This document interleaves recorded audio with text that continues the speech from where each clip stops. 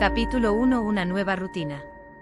El reloj de la cocina marcaba las 7:30 de la mañana cuando Clara Méndez García abrió los ojos. No fue el sonido del despertador lo que la sacó del sueño, sino la voz alegre de su hija, Lucía, que desde la habitación contigua cantaba alguna melodía inventada mientras jugaba con sus muñecas. Clara sonrió con cansancio, estiró los brazos y se obligó a incorporarse. Aquella escena, tan cotidiana y a la vez tan significativa, simbolizaba lo que para ella se había convertido en su nueva rutina, la vida después del divorcio. Hacía poco más de un año. Sino más bien la crónica de un desgaste anunciado. Sin embargo, para Clara el día en que estampó su firma ante el notario había sido el inicio de una etapa tan incierta como liberadora. Tenía 34 años, una hija de 6, un trabajo exigente como periodista de investigación en un medio digital de Madrid, y sobre todo, un cúmulo de emociones que todavía se debatían entre la tristeza, la rabia y la esperanza. La cocina del pequeño piso de la calle de Alcalá 152 estaba impregnada del aroma del café recién hecho. Clara lo preparaba cada mañana con un ritual casi sagrado. Vertía los granos molidos en la cafetera italiana, esperaba el burbujeo característico y servía la bebida en una taza blanca que había comprado el primer día que se mudó sola. Aquella taza representaba, para ella, un símbolo de independencia. Cada sorbo era una reafirmación de que había sobrevivido a la tormenta y que ahora, aunque con miedo, estaba aprendiendo a navegar sola. Lucía apareció en la puerta con su cabello castaño despeinado y una sonrisa que iluminaba la habitación. «Mamá, ¿hoy tengo gimnasia?», preguntó con los ojos aún somnolientos. «Sí. Cariño», respondió Clara, colocando una tostada en el plato. «Ponte las zapatillas blancas y la camiseta azul. Hoy toca correr en el patio». La niña asintió con entusiasmo y salió corriendo. Clara la observó con ternura. En momentos como aquel, se decía a sí misma que todo el esfuerzo, las noches sin dormir y los sacrificios valían la pena. Su hija era la razón principal por la que había. Javier solía levantarse de mal humor, criticar el café demasiado fuerte, la ropa mal planchada o la manera en que Lucía se peinaba. El ambiente en casa era pesado, sofocante. Ahora, en cambio, aunque todo recaía sobre ella, respiraba una calma que nunca había conocido. Esa paz doméstica era frágil, pero real, y la valoraba más que cualquier comodidad material que hubiese tenido en él pasado. A las 8:30, madre e hija salieron del piso. Lucía llevaba su pequeña mochila rosa con dibujos de unicornios, y Clara cargaba con su bolso de trabajo, lleno de documentos, el portátil y una libreta de notas. Bajaron juntas por las escaleras, porque el ascensor llevaba semanas estropeado.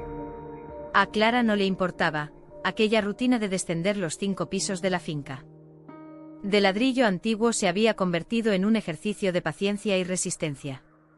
En la calle, Madrid bullía como siempre. El tráfico en la calle de Alcalá era incesante, los autobuses pasaban llenos y las terrazas de los bares empezaban a llenarse de gente desayunando. Clara respiró el aire fresco de la mañana, tomó la mano de su hija y caminaron hacia la parada del colegio.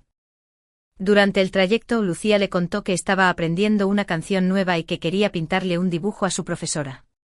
Clara escuchaba atenta, respondiendo con gestos cariñosos, consciente de que esos momentos compartidos serían los recuerdos más valiosos de la infancia de su hija. Después de dejar a Lucía en la puerta del colegio, donde la esperaba una monitora sonriente, Clara se quedó unos segundos observando cómo la niña entraba en el edificio. Siempre sentía un pequeño nudo en la garganta en ese instante, mezcla de orgullo y melancolía. Luego respiraba hondo y se dirigía hacia el metro para llegar a la redacción. El trabajo era su refugio y su desafío. Como periodista de investigación, Clara estaba acostumbrada a lidiar con documentos confidenciales. Cuestionar, de buscar la verdad y de no aceptar la primera versión de los hechos. Quizá por eso nunca pudo resignarse a la fachada de normalidad que Javier trataba de imponer a su matrimonio. Al llegar a la redacción, saludó a sus compañeros y se dirigió a su escritorio, donde la esperaba una pila de correos electrónicos y un par de expedientes sobre corrupción urbanística. Encendió el ordenador y se sumergió en su labor. Le gustaba esa sensación de estar contribuyendo, de alguna forma, a que la sociedad conociera lo que otros intentaban ocultar. Sin embargo, niña, cumplir con tu trabajo y mantener la cabeza en alto. No todo el mundo lo consigue. Clara bajó la mirada, emocionada. Aquellas palabras eran un recordatorio de que, aunque se sintiera frágil, en realidad estaba demostrando una fortaleza que ni ella misma había sospechado.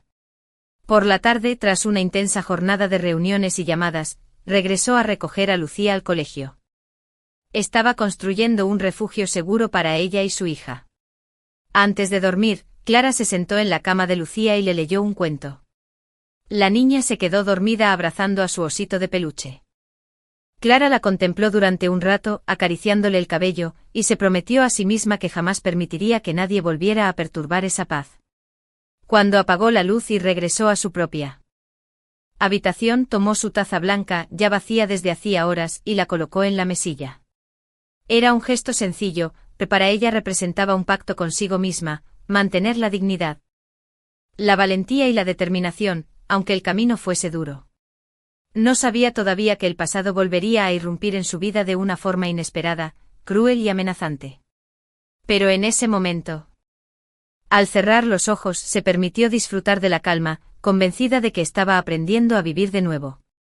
Y así, entre el silencio de la noche madrileña y el suave murmullo de los coches que pasaban por la calle, Clara se entregó al sueño, aferrándose a la idea de que cada día, por pequeño que fuera, representaba un triunfo. Un triunfo frente al miedo, frente a la soledad y frente a las cicatrices de un matrimonio fallido. Era, sin duda, el inicio de una nueva rutina. Capítulo 2: Sombras del pasado. El amanecer del sábado llegó con un silencio inusual en la casa de Clara. Por encima de la ciudad. Clara la escuchó con atención, encantada por la imaginación de su hija, pero en el fondo había algo que la inquietaba. Era la sensación de estar siempre a la defensiva. De temer que en cualquier momento Javier pudiera irrumpir en su vida de nuevo. Aunque legalmente estaban divorciados y él apenas cumplía con sus responsabilidades como padre, la huella de sus años juntos seguía presente. Más tarde, mientras Lucía jugaba con sus muñecas en el salón, Clara aprovechó para ordenar algunas cajas que aún guardaba en el trastero. Era una tarea que había ido posponiendo por meses, precisamente porque sabía lo que encontraría allí, vestigios de su vida pasada. Bajó las escaleras hasta el cuarto de almacenamiento, abrió la puerta y se enfrentó al polvo acumulado y al olor a encierro. Las cajas estaban apiladas en un rincón. Sobre una de ellas, reconoció la caligrafía de Javier en un marcador negro: ropa invierno Clara. El corazón le dio un vuelco. No era la ropa lo que le preocupaba, sino la posibilidad de que entre esas pertenencias se escondieran fotografías, cartas o incluso dispositivos antiguos con recuerdos de los que prefería no. Clara la escuchaba desde la habitación, y aunque hubiera preferido dormir un par de horas más, no pudo evitar sonreír. La energía incansable de su hija era, al mismo tiempo, un reto y una bendición. Se levantó, se vistió con unos vaqueros y una camiseta sencilla, y se dirigió a la cocina. Mientras preparaba un cacao caliente para Lucía y un café fuerte para ella, pensaba en cómo había cambiado su manera de enfrentar los días. Antes del divorcio solía sentirse atrapada en una rutina marcada por los reproches de Javier, la tensión en cada conversación y la incertidumbre constante sobre su estabilidad emocional. Ahora, aunque todo el peso recaía sobre sus hombros, sentía una fuerza interior que no conocía.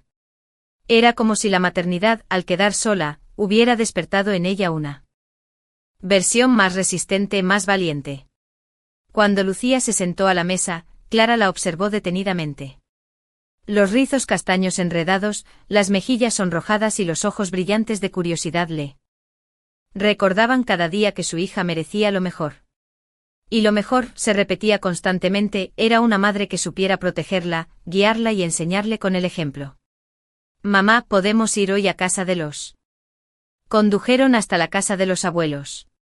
Durante el trayecto, Lucía cantaba canciones inventadas y contaba historias sobre hadas y castillos, mientras Clara la escuchaba con paciencia, dejando que su imaginación fluyera. Aquellos momentos en carretera eran, para ella, una metáfora de la vida, avanzar, aunque el camino estuviera lleno de curvas. Al llegar, la abuela salió de inmediato a recibirlas con los brazos abiertos. «Mi niña preciosa», exclamó levantando a Lucía del suelo entre risas. Clara las miró con ternura, agradecida de contar con el apoyo de sus padres. Durante todo el proceso de separación, habían sido un sostén fundamental, ofreciéndole no solo ayuda práctica, sino también consuelo y ánimo cuando las fuerzas flaqueaban. Esa tarde, mientras Lucía jugaba en el jardín con su abuelo, Clara se sentó a conversar con su madre en la cocina. «Te veo más tranquila», le dijo la mujer mayor, sirviéndole un café. «Poco a poco estás encontrando tu lugar, ¿verdad?». Clara asintió. «No es fácil, mamá. A veces siento que me falta el aire, que no puedo con todo. Pero luego miro a Lucía y me digo que no tengo opción. Ella me necesita». «Fuerte». La madre le tomó la mano con firmeza. «Siempre fuiste valiente, Clara. Desde pequeña enfrentaste las cosas de frente. Ahora lo haces por ti y por tu hija. No lo olvides, la fortaleza no significa no tener miedo, significa seguir adelante a pesar de él». Las palabras de su madre resonaron profundamente en Clara.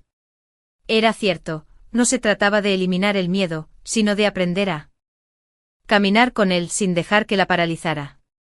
Al final del día, cuando regresaron al piso de la calle de Alcalá, Clara se sintió reconfortada. Había recargado energías en la casa de sus padres y había recordado una vez más que no estaba sola en esa batalla. Ya en casa, mientras ayudaba a Lucía a preparar la mochila para el colegio del lunes, pensó en lo mucho que había logrado en tan poco tiempo. Había conseguido mantener el alquiler del piso, organizar la rutina de su hija, cumplir con su trabajo y, sobre todo, no permitir que Javier siguiera dominando su vida a través del miedo. Soledad no es un castigo, es una forma de descubrir la fuerza que ignorabas tener. Al terminar de escribir, suspiró y cerró el cuaderno. Sabía que aún habría días difíciles, momentos de duda y noches en las que el pasado volvería como un fantasma. Pero también sabía que tenía un propósito claro, ser el ejemplo que su hija necesitaba. No podía cambiar lo que había ocurrido con Javier. Pero sí podía decidir cómo vivir de ahora en adelante. Y en esa certeza encontró una paz inesperada. Era la fortaleza de una madre, levantarse cada día, incluso cuando el mundo parecía demasiado pesado, y seguir adelante con la convicción de que todo esfuerzo valía la pena por el bienestar de su hija. Clara apagó la luz del salón, se metió en la cama y por primera vez en mucho tiempo se durmió con una sensación de esperanza. No sabía que muy pronto esa fortaleza sería puesta a prueba de una manera que jamás habría imaginado. Capítulo 4. Voces de advertencia. El lunes comenzó con el bullicio habitual en la redacción del periódico digital donde trabajaba Clara. El ambiente estaba cargado de conversaciones rápidas, teléfonos sonando y el repiqueteo constante de los «Foto tuya». No es nada comprometedor, es solo una foto de cuando estabas en una conferencia, pero el tono de los comentarios es extraño. Como si te conocieran demasiado. Clara sintió un escalofrío. ¿Qué tipo de comentarios? Insinuaciones personales, cosas sobre tu vida privada. Como si intentaran recordarte el pasado. El corazón de Clara dio un salto. De inmediato pensó en Javier. No tenía pruebas, pero intuía que aquel comportamiento tenía su sello. El modo en que solía vigilar cada uno de sus movimientos, incluso después de la separación, le resultaba demasiado familiar. ¿Crees que puede ser él?, preguntó en voz baja. Ana asintió con cautela. No quiero alarmarte, pero sí creo que deberías estar atenta. Y sobre todo, no ignores estas señales. A veces. Clara agradeció su apoyo con una sonrisa cansada, aunque no estaba convencida de dar ese paso todavía. Parte de ella temía que acudir a la policía fuera a abrir una guerra que no podría controlar. Esa noche, ya en casa, mientras ayudaba a Lucía a repasar la lectura del colegio, la niña le preguntó algo inesperado. «Mamá, ¿por qué papá ya no viene a vernos?». Clara se quedó paralizada unos segundos. Sabía que tarde o temprano tendría que enfrentarse a esa pregunta, pero no había imaginado que llegaría tan pronto. Cariño, comenzó con suavidad. A veces los papás y las mamás deciden vivir en casas distintas porque juntos no son felices. Pero eso no significa que no te quieran. Tu papá te quiere aunque ahora no esté aquí. Lucía pareció aceptar la respuesta, aunque frunció un poco el ceño pensativa. Clara le acarició el cabello conmovida y dolida a la vez. No quería que su hija creciera con la idea de un padre ausente, pero tampoco podía maquillar demasiado la realidad. Después de acostarla, se quedó sola en el salón con el portátil encendido. Abrió sus redes sociales y buscó aquel perfil anónimo del que le había hablado Ana. No tardó en encontrarlo. Alguien la estaba observando de cerca. Y todo indicaba que ese alguien conocía su vida demasiado bien. Clara cerró el portátil de golpe con las manos temblorosas. Se levantó y caminó por el piso, comprobando que todas las ventanas y puertas estuvieran cerradas. Encendió la televisión para llenar el silencio con algún ruido de fondo, pero su mente no dejaba de dar vueltas. Recordó entonces las advertencias de Ana, la preocupación de su madre, incluso el consejo de algunos compañeros que durante el proceso de divorcio le habían dicho: ten cuidado, Javier no es de los que sueltan fácilmente. En aquel momento había querido restar importancia a esas palabras, convenciéndose de que él acabaría aceptando la separación. Pero las evidencias empezaban a ser demasiado claras. Se sentó en el sofá, abrazando un cojín contra el pecho. Sintió miedo, sí, pero también una chispa de determinación. No podía permitir que Javier, o quien fuera, siguiera interfiriendo en su vida. Había trabajado demasiado para recuperar su paz como para dejar que se la arrebataran de nuevo. Al día siguiente, antes de entrar a la oficina, Clara decidió pasar por la comisaría de policía del barrio para informarse sobre qué podía hacer en caso de acoso digital. El agente que la atendió le explicó que aunque las pruebas todavía parecían leves, podía ir recopilándolas, capturas de mal, dando vueltas en la cama, tratando de convencerse de que quizá exageraba, de que podía ser una coincidencia o una broma de mal gusto. Pero en el fondo sabía que no era así. Tras dejar a Lucía en «Simplemente, ¿te acuerdas de esto?». Un escalofrío le recorrió la espalda. Dudó unos segundos antes de hacer clic, pero la curiosidad y el miedo pudieron más. Cuando abrió el mensaje, lo primero que vio fue un texto breve. El pasado siempre vuelve, Clara. Y lo que guardamos en secreto puede hacerse público si no aprendes a comportarte. Debajo del texto había un archivo adjunto. Con las manos temblorosas, lo descargó y lo abrió. La pantalla mostró una imagen borrosa al principio, pero en cuanto se cargó por completo, Clara sintió que el mundo se le venía abajo. Era una captura de un vídeo íntimo grabado en su antigua casa, en un momento de intimidad con Javier. Recordaba perfectamente esa escena. Él había insistido en grabarla, asegurando que sería solo para ellos. Ella nunca estuvo convencida, pero terminó cediendo por la presión. Y ahora esa imagen estaba frente a sus ojos, enviada por alguien que quería hacerle daño. El corazón le latía con fuerza, como si quisiera salir de su pecho. Tuvo que cerrar el archivo de inmediato, apartando la vista, respirando entrecortadamente. No podía creerlo. El miedo que había sentido en los últimos días se confirmaba. Alguien tenía acceso a sus recuerdos más privados, y ese alguien no dudaba en usarlo como amenaza.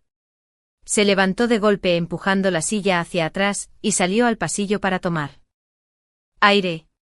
Ana la vio pálida y se acercó enseguida. Clara, ¿qué pasa?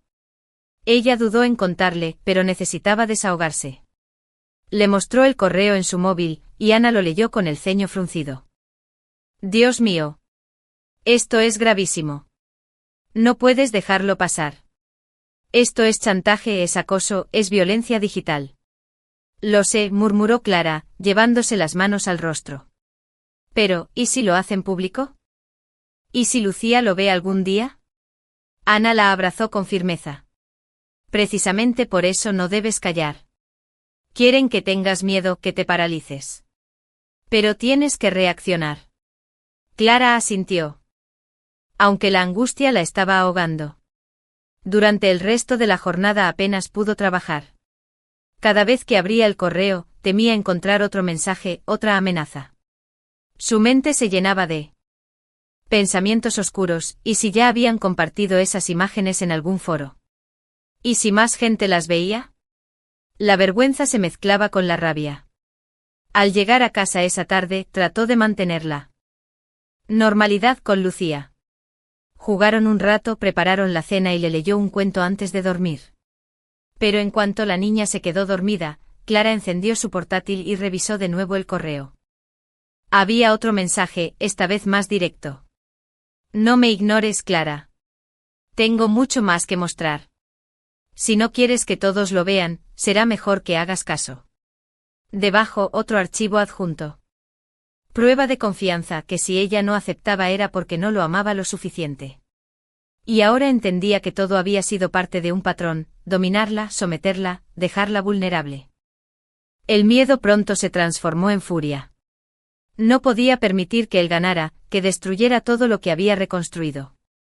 Pensó en Lucía, en la vida que quería darle, en el ejemplo que debía ser como madre. Callar significaba rendirse, aceptar que Javier todavía tenía poder sobre ella. Y esa idea era insoportable. Decidió actuar. Lo primero fue guardar cada mensaje, cada captura. Cada prueba en un disco duro externo y en la nube. Luego escribió un documento con la cronología de los hechos, las cuentas anónimas, la foto de su edificio, los correos amenazantes. Quería tener todo organizado, lista para llevarlo a la policía si era necesario. Esa noche apenas pudo dormir.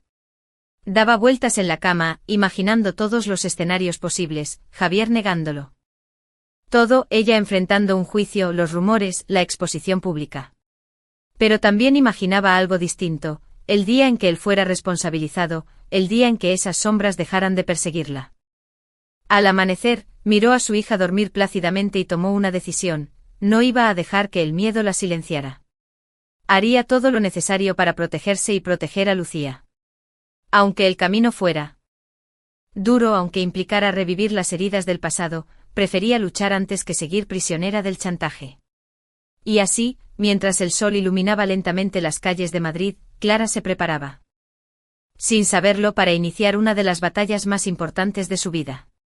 El correo inesperado había abierto una puerta oscura, pero también había despertado en ella una fuerza que no pensaba dejar morir. Capítulo 6. La primera reacción. El sonido del despertador retumbó en la habitación, aunque Clara ya estaba despierta desde hacía rato. Había pasado la mayor parte de la noche dando vueltas en la cama con los ojos abiertos en la oscuridad, repasando una y otra vez las palabras del correo que había recibido. No me ignores, Clara. Tengo mucho más que mostrar. Aquella frase le. Clic.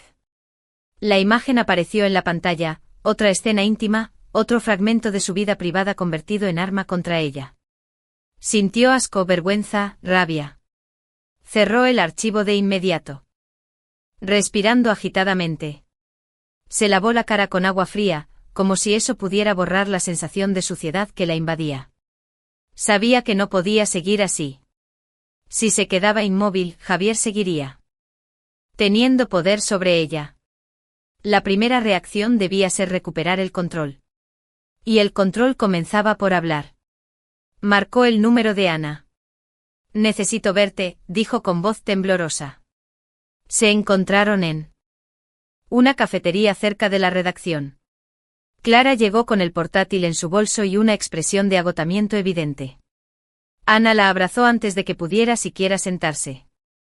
He abierto el segundo archivo, confesó Clara en cuanto tuvieron las tazas de café frente a ellas. Es peor de lo que pensaba. Ana asintió con gesto grave. ¿Ya no tienes dudas de quién está detrás? Ninguna. Solo Javier podía tener esas grabaciones. Pasaron más de una hora conversando. Ana le insistió en que no podía enfrentarse sola a esta situación. Le recomendó hablar con un abogado especializado en delitos informáticos. Clara se resistía, todavía le daba miedo dar ese paso, como si denunciar fuera encender una mecha que podría explotar en cualquier momento. Lo sé, da vértigo, dijo Ana. Como si pudiera leerle los pensamientos. Pero piensa en lo que está en juego. No eres solo tú. Está Lucía. ¿Quieres que un día tu hija vea a su madre destruida por culpa de un cobarde? Las palabras calaron hondo. Clara bajó la mirada, incapaz de responder, pero consciente de que su amiga tenía razón. De regreso en la oficina trató de trabajar, pero cada vez que aparecía una. Al terminar de escribir, sintió un ligero alivio. No era una solución inmediata, pero era un comienzo. Por primera vez en días tenía un plan. Se acostó tarde agotada, pero con una determinación creciente. Comprendió que ya no se trataba solo de defender su intimidad, se trataba de demostrar que no iba a dejarse amedrentar. Y aunque el miedo seguía ahí, aprendió que su primera reacción no sería la de una víctima paralizada, sino la de una mujer que había decidido luchar. Mientras cerraba los ojos, pensó en algo que su madre le había dicho recientemente: la fortaleza no es ausencia de miedo, hija. Es aprender a caminar con él sin dejar que te derrumbe. Y con esa frase en mente se durmió, sabiendo que el camino por delante sería duro, pero también que no estaba dispuesta a retroceder. Capítulo 7. Conversaciones de confianza. El miércoles amaneció frío y ventoso en Madrid. Clara se levantó con la sensación de que las últimas noches de insomnio empezaban a pasarle factura. Se miró al espejo mientras se lavaba la cara y vio unas ojeras profundas, la piel apagada, los ojos cansados. Pero también reconoció en su mirada un brillo de resistencia, a pesar del miedo. ¿Qué avergonzarte?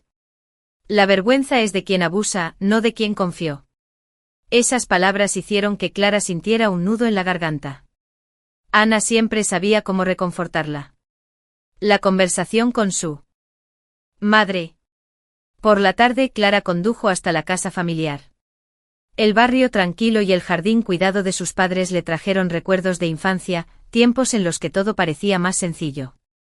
Su madre la recibió con un abrazo largo y silencioso. Sentadas en la cocina, con 2 tazas de té humeante sobre la mesa, Clara tardó en encontrar las palabras. Finalmente respiró hondo y dijo: Mamá, necesito contarte algo muy serio. Tiene que ver con Javier.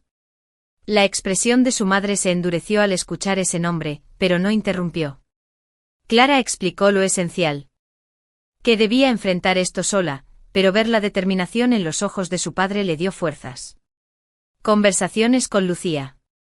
De regreso a casa, Clara encontró a Lucía dibujando en el salón. La niña levantó la cabeza y le sonrió con inocencia. Clara se arrodilló a su lado. Cariño, ¿sabes que mamá a veces se pone nerviosa por cosas de mayores? Sí, respondió la niña sin dejar de. ¿Podría protegerla de todo? Esa pregunta la acompañaba como una sombra cada día. Después de dejar a la niña en la puerta del colegio, Clara volvió a casa y encendió su portátil. Tenía que revisar su correo, aunque el simple hecho de abrir la bandeja de entrada le producía náuseas. Durante unos segundos se quedó inmóvil frente a la pantalla, con el cursor parpadeando sobre el icono. Finalmente, respiró hondo y dio clic. Allí estaba, otro mensaje del mismo remitente anónimo. El asunto decía: recuerda quién eres realmente. Con manos temblorosas lo abrió. El correo contenía 2 elementos. Un texto y una fotografía adjunta. El texto decía: sigues creyendo que puedes empezar de cero, pero yo sé la verdad. Nadie te va a querer cuando vean lo que escondes. No juegues conmigo, Clara. Yo decido tu destino. El archivo adjunto era una foto tomada desde la calle, enfocando la ventana de su salón. Podía verse claramente la lámpara encendida, la cortina medio corrida y, si se ampliaba la imagen, su silueta difusa trabajando frente al ordenador. Clara se quedó helada. Aquello confirmaba lo que más temía: la estaban vigilando desde muy cerca. Ya no se trataba solo de viejos archivos guardados en un disco, sino de alguien que seguía sus pasos en tiempo real. El peligro estaba en la misma calle. Se levantó de golpe, corrió a la ventana y miró hacia afuera.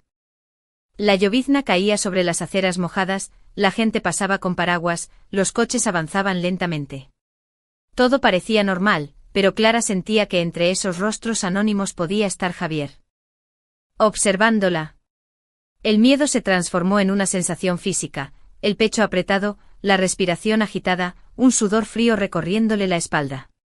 Cerró las cortinas de inmediato y se apartó de la ventana. Conversación con Ana.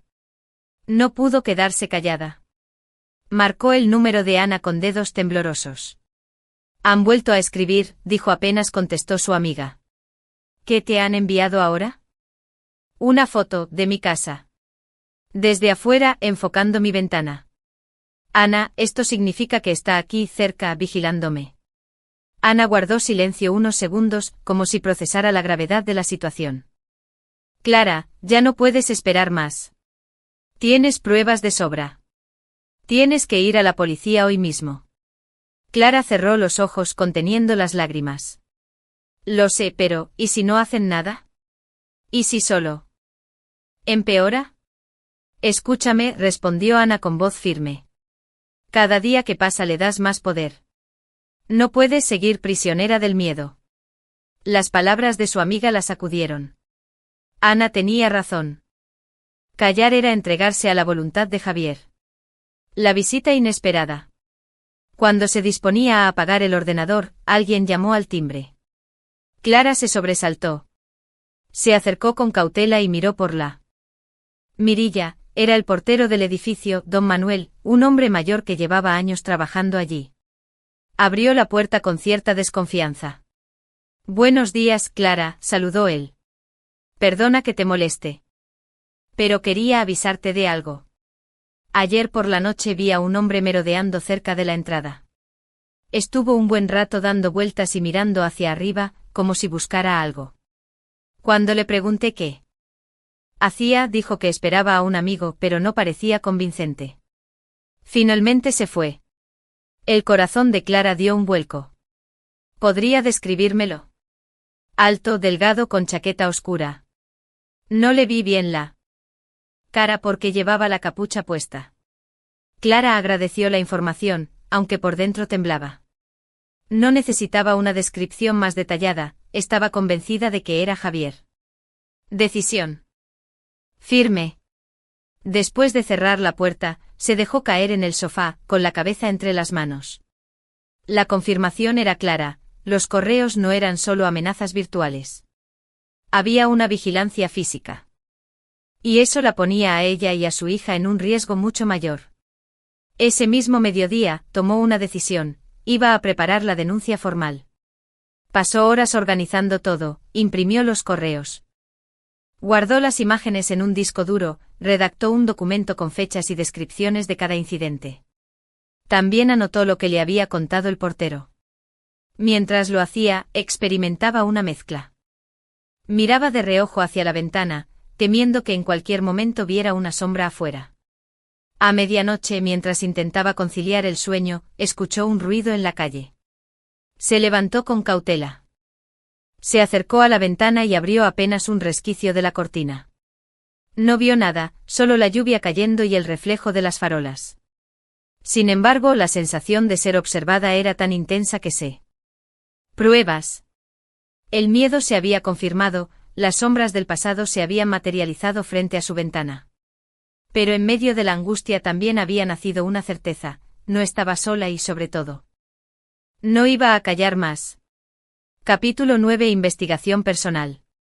El viernes amaneció con un aire frío y seco que parecía anunciar un cambio de estación. Clara se levantó temprano, más decidida que nunca. Ya sospechaba, el remitente estaba en España, probablemente en Madrid. Anotó todo en su cuaderno con fechas y capturas de pantalla. Sabía que esos datos serían valiosos para la policía. Porque había querido creer que el amor podía justificarlo todo. Llamada a un contacto. Decidió dar un paso más. Tenía un antiguo colega en la redacción, Marcos, que había trabajado en la sección de tecnología y tenía conocimientos avanzados de ciberseguridad.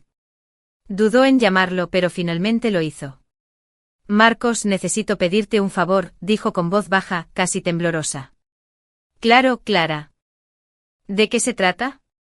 «Es delicado». Estoy recibiendo correos amenazantes con fotos privadas. No puedo explicarte todos los detalles ahora, pero necesito saber si puedes ayudarme a revisar las cabeceras.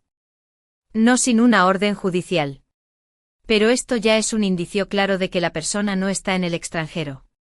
Está aquí cerca. Ella apretó los puños. La confirmación era dura, pero también fortalecía su determinación. Marcos, ¿y si es Javier? Él la miró con seriedad. No quiero precipitarme, pero todo apunta a alguien que te conoce demasiado bien. Y si solo él tenía esos vídeos, las probabilidades son altísimas. El dilema emocional. De regreso a casa, Clara se debatía entre la rabia y la tristeza. A pesar de todo, Javier había sido el padre de Lucía, el hombre con el que había compartido 7 años de vida. Era difícil aceptar que ahora era también su verdugo. Se tumbó en el sofá agotada y cerró los ojos. Pensó en su hija, en lo que diría cuando fuera mayor y entendiera todo esto. Mamá luchó, mamá no se rindió. Esa era la frase que quería que quedara grabada en la memoria de Lucía. Organización de pruebas. Pasó la noche recopilando todo el material. Creó una carpeta cifrada.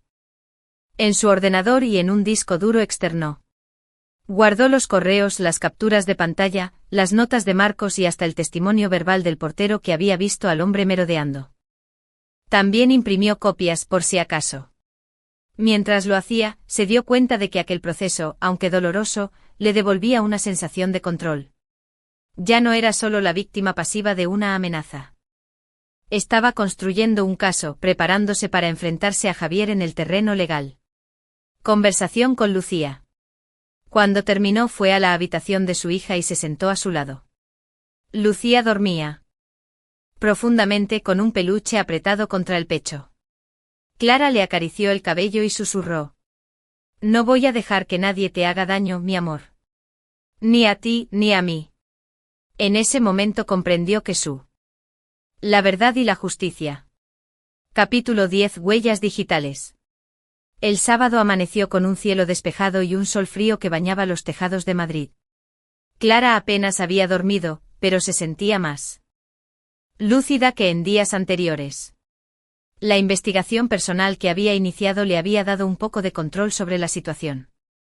Ahora tenía algo más que sospechas, tenía indicios concretos de que.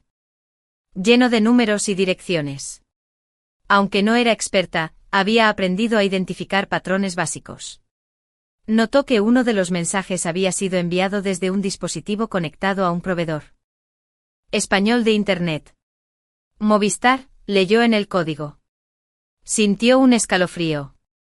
Si Javier seguía viviendo en Madrid, era perfectamente posible que hubiera usado su propia conexión en un descuido. Clara imprimió la información y la guardó junto a las capturas de pantalla. La carpeta de pruebas comenzaba a engordar. Conversación con Marcos. Decidió llamar a Marcos otra vez. Se encontraron en la. Necesito que me confirme lo que me dijo el otro día. Sobre el hombre que vio merodeando. ¿Podría darme una descripción un poco más detallada? El portero frunció el ceño, recordando. Era alto. Con una chaqueta oscura y la capucha puesta. Parecía nervioso como si no supiera qué hacer. Cuando le pregunté me dijo que esperaba a alguien, pero no me convenció. Clara asintió. Estaría dispuesto a contárselo a la policía si me acompañan a poner una denuncia. Por supuesto. Ya sabes que puedes contar conmigo. No me gusta que anden tipos raros rondando por aquí. Clara le agradeció de corazón. Tener un testigo reforzaba su caso. Preparando la denuncia. De regreso en casa, organizó todas las pruebas. Capturas de pantalla de los correos. Archivos adjuntos con las imágenes privadas. Impresiones de las cabeceras con la dirección IP sospechosa. Notas de Marcos sobre el análisis técnico. El testimonio de don Manuel, dispuesto a declarar. Mientras guardaba. Capítulo 1. Una nueva rutina. El reloj de la cocina marcaba las 7:30 de la mañana cuando Clara Méndez García abrió los ojos. No fue el sonido del despertador lo que la sacó del sueño, sino la voz alegre de su hija, Lucía, que desde la habitación contigua cantaba alguna melodía inventada mientras jugaba con sus muñecas. Clara sonrió con cansancio, estiró los brazos y se obligó a incorporarse. Aquella escena, tan cotidiana y a la vez tan significativa, simbolizaba lo que para ella se había convertido en su nueva rutina, la vida después del divorcio. Hacía poco más de un año. Sino más bien la crónica de un desgaste anunciado. Sin embargo, para Clara el día en que estampó su firma ante el notario había sido el inicio de una etapa tan incierta como liberadora. Tenía 34 años, una hija de 6, un trabajo exigente como periodista de investigación en un medio digital de Madrid y, sobre todo, un cúmulo de emociones que todavía se debatían entre la tristeza, la rabia y la esperanza.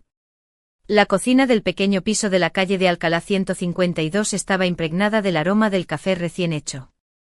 Clara lo preparaba cada mañana con un ritual casi sagrado. Vertía los granos molidos en la cafetera italiana, esperaba el burbujeo característico y servía la bebida en una taza blanca que había comprado el primer día que se mudó sola. Aquella taza representaba, para ella, un símbolo de independencia. Cada sorbo era una reafirmación de que había sobrevivido a la tormenta y que ahora, aunque con miedo, estaba aprendiendo a navegar. Sola. Lucía apareció en la puerta con su cabello castaño despeinado y una sonrisa que iluminaba la habitación. «Mamá, ¿hoy tengo gimnasia?», preguntó con los ojos aún somnolientos. «Sí. Cariño», respondió Clara, colocando una tostada